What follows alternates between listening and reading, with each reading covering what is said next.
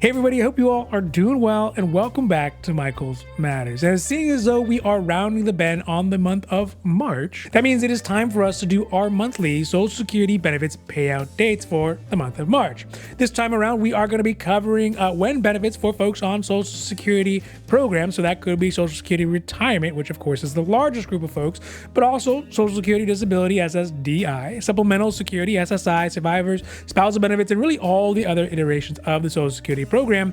We'll be talking about when their benefits are going to get sent out for the month of March 2024. And then also we're going to discuss a recent Gallup poll that kind of turns the narrative around about that doom and gloom that retirees and near retirees feel about Social Security benefits, being there by the time they actually retire. And in fact, they kind of show a little bit of optimism, which I'm a fan of. Now, before we get to the video, if you like these videos, if you find them interesting, if you find them helpful, or hey, if you at least find them useful, please don't forget to like and subscribe, because it does really help the channel to grow, and we are so thankful for that. Thank you. But also because you can get updates when our newest and most informative videos become available. All right, now let's get down to the video. So let's start off today with some official Michael's Matters business, get that out of the way, and do the payout dates for Social Security benefits for the month of March 2024. And I mentioned that just in case you're ready, March some other time, not 2024. But we're going to be starting off with the easiest first payout dates, which are for those folks who are receiving Social Security benefits in addition to SSI benefits, or started receiving Social Security benefits prior to 1997. So old school. And in fact, that means that the youngest of those old school recipients would be 89 years old. Good job. Keep it up. Tell me your secrets. But also on the very same day, those folks who are only getting supplemental security income, SSI benefits, all get paid out onto one single day. Now, these folks will be getting their benefits paid out on Friday, March 1st. Also, just bear in mind that these are the days that they are sent out. So if you get benefits old school in the mail, snail mail to be exact, or perhaps you have a bank that makes you wait a couple days to get it processed, it could take a little bit longer, but that's when these are supposed to be sent out. Next up is going to be benefits that are a bit messy as far as payout dates go, because they are actually paid out based on the dates of the month that a person is born and staggered throughout the month. So for example, somebody who has a birthday between the 1st and the 10th of the month, in whichever month they happen to be born in, their Social Security benefits will get paid out on Wednesday, March 13th. If someone was born from the 11th through the 20th of their birth month, then those Social Security benefits are going to get paid out on Wednesday, March 20th. And then lastly, for anyone who was born from the 21st through the 31st of the month, those Social Security benefits will get paid out on Wednesday, the 27th. And that is going to be it for the rest of the month of March until April. Also, not for nothing, and sort of tangentially to the payout date information, I wanted to also kind of talk about how much benefits have gone up in January, because in actuality, benefits had a pretty big jump for specific segments of the Social Security beneficiary world. And what I mean by this is that, for example, is the amount of monthly benefits that the overall average person on Social Security got in January 2024 versus December 2023 went from $1,767.03 up to $1,770.71. So that is an overall increase of $3.68, or a 0.21% increase, which really doesn't seem like that much. But when we look at specific beneficiaries, primarily folks who are on Social Security Retirement benefits, they went up a healthy 2.84%, or $52.63 in cash from the average benefit check, which was at $1,856.38, which is now in January at $1,909.01. Additionally, another big increase came for those folks on Supplemental Security Income Benefits, SSI, which went from $674.50 up to $697.89, or a 3.47% increase, or in dollars, that is $23.39. Now, the reason for these increases are firstly probably because the first of the month, 2024, where the COLA is actually being reflected in the data, because that's when everyone actually got those COLA increases. But also, could it be that folks who are retiring have waited longer to retire, and thus their retirement benefits are a bit higher? or perhaps the folks who are retiring could be higher earners, bringing in a little bit higher income, bringing that overall average up as well. So I don't know. I just thought that was interesting to see as kind of the data that came through while we were looking at the other stuff. It was sort of a big jump for those specific beneficiaries on Social Security who had the big jumps, but not overall.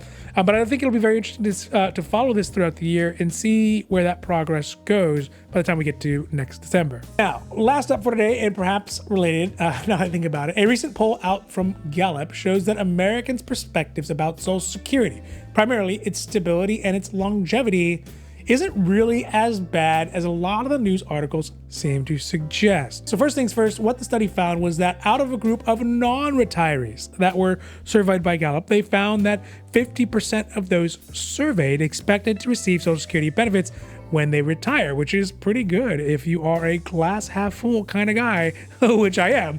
But of course, the other nearly 47%, so nearly half, are on the other side of that, and they don't think that Social Security benefits will be there when they retire, which does make you wonder what happens to the other 3 people who are just kind of like, I don't know, I guess. To follow up with that, when surveyed about the expected cuts in their Social Security benefits, only about 43% of current U.S. retirees, that's folks who are on retirement at the moment, thought they would have a cut in their Social Security benefits in their lifetime, while 53% thought that they would continue to get their full benefits throughout the rest of the time that they need them, which, again, another sign of optimism, so I like that. And lastly, when they interviewed non-retirees from different age groups, it turns out the expectation of getting Social Security benefits for the youngest age group has also gone up pretty dramatically because when surveyed, those folks who are between the ages of 30 and 49, that's me, they went up from 23% in 2010, just a little bit up to 37% in 2023. So I guess I feel more optimistic, right? But maybe it has been slightly denuded when you realize that it takes a literal act of Congress to get some of these things fixed. But interesting enough, those folks who are 18 to 29, the younger generation, I guess, 50% of them thought that there will be retirement benefits by the time they get there, even though the fact that in 2010, the same group of individuals by age, they were also at that 23%. So where millennials went from 23% to 37%, that would be people between 30 and 49 years old back in 2010. Now, that same group in 18 to 29 in 2023, 50% of them think that those benefits will be there by the time they retire. So I think that's that's pretty, again, another positive side, I think. So why could this be? I think there are really some good reasons why. And really, it has to do with the difference in the experience that younger generations, and by younger, I mean, below the baby boomers, so Gen Z and millennials have had. And it has to do with the economies that both of these groups have kind of grown up in, because they are definitely not the same. First, millennials seem to be the hardest hit living generation by economics, having lived through the pandemic, the economic crash of 2008, and a pretty shabby job market for the early parts of their biggest earning years. So it's no surprise that millennials are some of the least likely generations to be financially sound, as their parents are definitely much less so than their grandparents. Well, those folks between the ages of 18 and 19, well, they just seem to have gotten a better launch into adulthood, at least financially.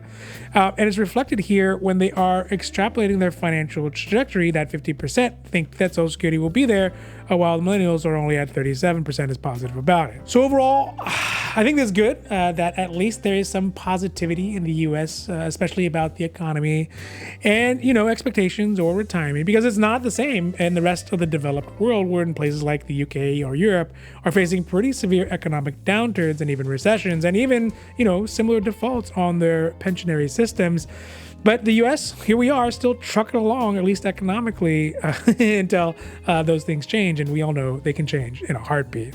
All right, so that's it for today for Michael's Matters. And I really hope that you found these videos interesting or helpful, or at least useful. And if you did, please don't forget to like and subscribe, because it does really help the channel grow. And we are so thankful for that. Thank you. But also because you can get updates when our newest and most informative videos become available. So for Michael's Matters, I'm Michael, hoping that you take care of yourself, take care of others, and have a happy, healthy